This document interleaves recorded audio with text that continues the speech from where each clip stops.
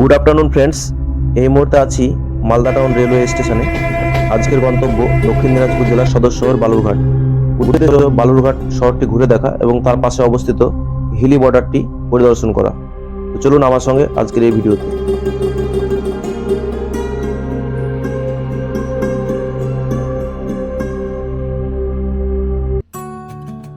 Malda town থেকে বালুরঘাট এই rail লাইনের দূরত্ব 105 কিলোমিটার। যদিও এই লাইনটি 1 লাখি পর্যন্ত আগে থেকেই ছিল এবং 1 লাখি থেকে দক্ষিণ দিনাজপুরের বালুরঘাট পর্যন্ত এই লাইনটি নবতম সংযোজন 2004 সালের 30শে ডিসেম্বর এই লাইনটি কমপ্লিট করা হয়।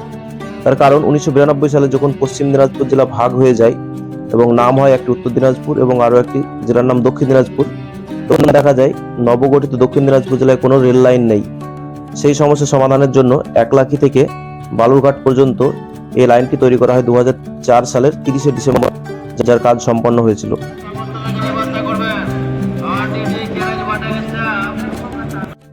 তো যাই হোক, চেপে বসলাম হাওড়া বালুরঘাট এক্সপ্রেসে। মালদা টাউন থেকে এটি 3টের সময় ছেড়ে যায়।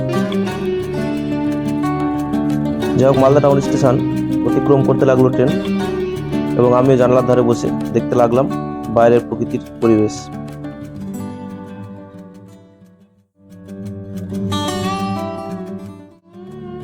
পথে বেরোলে কত কি না দেখা হয়। হঠাৎ দেখতে পেলাম নতুন একটি ট্রেন, যার রংটি কালো এবং অরেঞ্জ কালারের। বুঝতে পারলাম না এটি কোন ট্রেন, কারণ এই ট্রেনটি এর আগে কখনো দেখা হয়। আপনারা দেখে থাকলে অবশ্যই কমেন্ট করে জানাবেন এই ট্রেনটির নাম। তো যাই হোক, ট্রেন চলতে থাকলো গাজলের উদ্দেশ্যে। অবশ্যই মাঝে 1 লাখি আছে, 1 লাখি পার করার পর গাজল পাবো।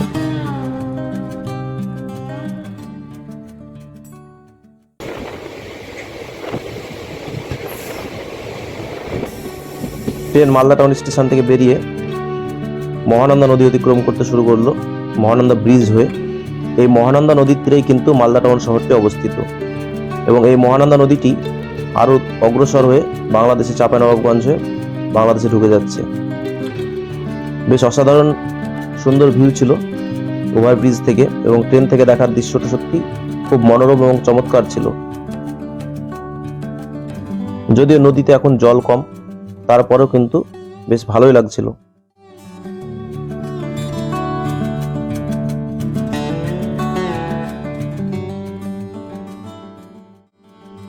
যাই হোক, বালুরঘাট যাওয়ার পথে প্রথমে ট্রেন আদিনা স্টেশন অতিক্রম করলো।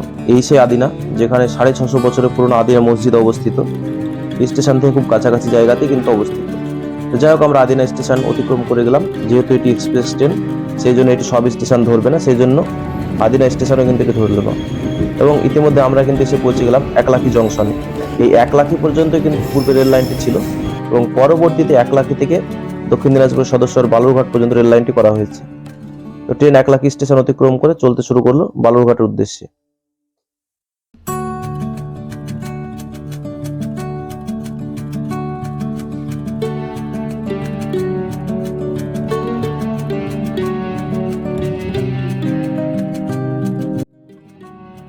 আসলে এই দক্ষিণ দিনাজপুর জেলাটি একদম বাংলাদেশের কোলে অবস্থিত এবং মালদা থেকে 105 কিলোমিটার দূরে সব থেকে লাস্ট পয়েন্ট বালুরঘাট, এবং বালুরঘাটের পরে কিন্তু এই দিকটা বাংলাদেশ শুরু হয়ে যাচ্ছে। এখানকার পরিবেশ বেশ সুন্দর, প্রকৃতির পরিবেশ বেশ চমৎকার, মন ভালো করে দেওয়ার উপক্রম। যাই হোক, এই দেখতে দেখতে আমরা কিন্তু মালদা জেলার শেষ স্টেশন গাজলে এসে উপস্থিত হলাম। এই সেই গাজল স্টেশন, এবং গাজল স্টেশনের পর থেকেই কিন্তু শুরু হয়ে যাচ্ছে দক্ষিণ দিনাজপুর জেলা। স্টেশনটি বেশ বড়, ছোট হলেও বেশ পরিপাটি এবং সুন্দরভাবে সাজানো রয়েছে স্টেশনটি।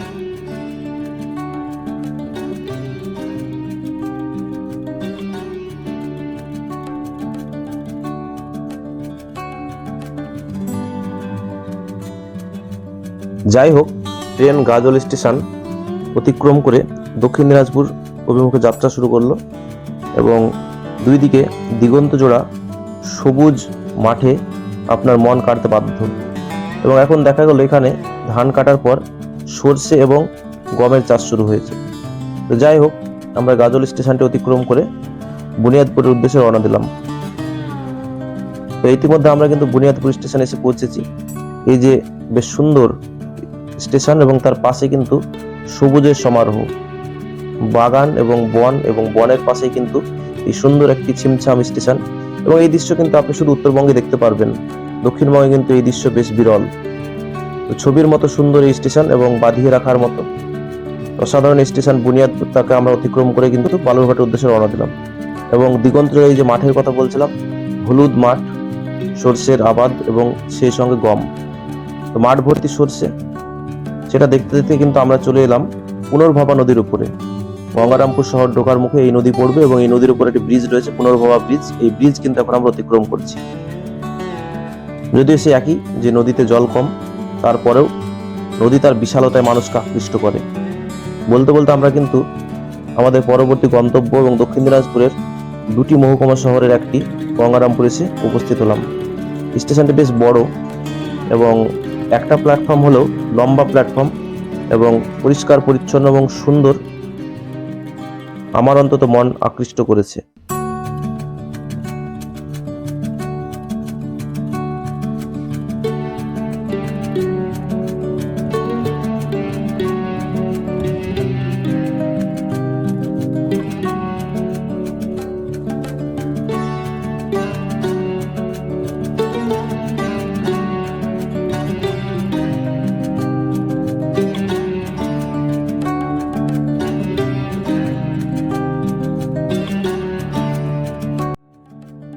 গঙ্গারামপুর স্টেশনটি দক্ষিণ দিনাজপুর জেলার ঠিক মাঝামাঝি জায়গায় অবস্থিত হওয়াতে এবং এটি একটি পৌরসভা হওয়ায় এবং মহকুমা শহর হওয়াতে অধিকাংশ মানুষ এখানে এসে নেমে যায়।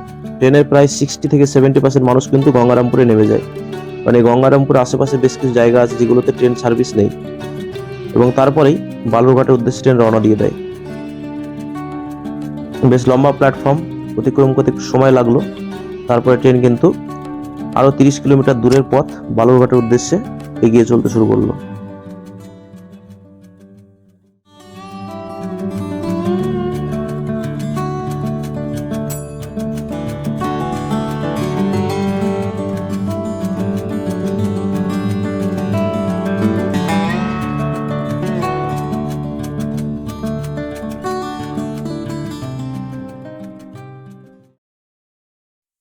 ট্রেন এই মুহূর্তে বালুরঘাটের উদ্দেশ্যে তার যাত্রা শুরু করেছে এবং দুই পাশ দেখে বারবার একটা কথা মনে পড়তে লাগলো, শস্য শ্যামল বাংলা।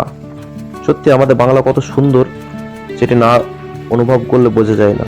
আসলে আমরা কাছের জিনিস দেখতে চাই না, আমরা সবসময় দূরে সৌন্দর্য খুঁজি, কাছের সৌন্দর্য খুঁজি না। কিন্তু সত্যি আমাদের বাংলা অপরূপ সুন্দর, তার সৌন্দর্য সবসময় মানুষকে বিমোহিত করেছে। এই সৌন্দর্য দেখতে দেখতে কিন্তু আমরা একদম শেষ স্টেশন বালুরঘাটে এসে উপস্থিত হলাম এবং খুব অবাক হলাম যে বালুরঘাটের জেলা সদর এবং তার যে স্টেশন সম্পূর্ণ মাঠের মধ্যে অবস্থিত। এবং এখানে সিকিউরিটির কথা, রাত্রের সিকিউরিটির কথা ভেবে কিন্তু বেশ একটু হতবাকি হলাম। তো যাই হোক, স্টেশনটি মাঠের মধ্যে হলেও জেলা সদর স্টেশন, এবং এখানে গিয়ে দেখলাম যে বেশ কিছু কাজ চলছে, স্টেশনটি আরো বড় করার কাজ চলছে। হয়তো ভবিষ্যতে আরো বেশ বড় জাঁকজমক হিসাবে দেখতে পাবো বালুরঘাট স্টেশনকে। উপর থেকে তোলা বেশ কিছু ছবি, সত্যি অসাধারণ। একটা গ্রাম্য পরিবেশের মধ্যে জেলা সদর স্টেশন, এবং সামনে দেখছেন অটো স্ট্যান্ড। এখান থেকে কিন্তু অটোগুলো করে আমাদের বালুরঘাট শহর যেতে হয়।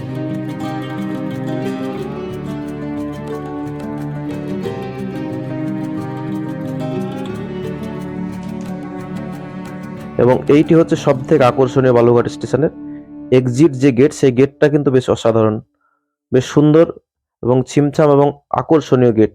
এবং এই গেট দিয়ে বাইরে বেরোলে কিন্তু অটো বা ব্যাটারি চালিত যে রিক্সা, তারা কিন্তু আপনাকে ডেকে নিয়ে যাবে যেখানে আপনি যেতে চান।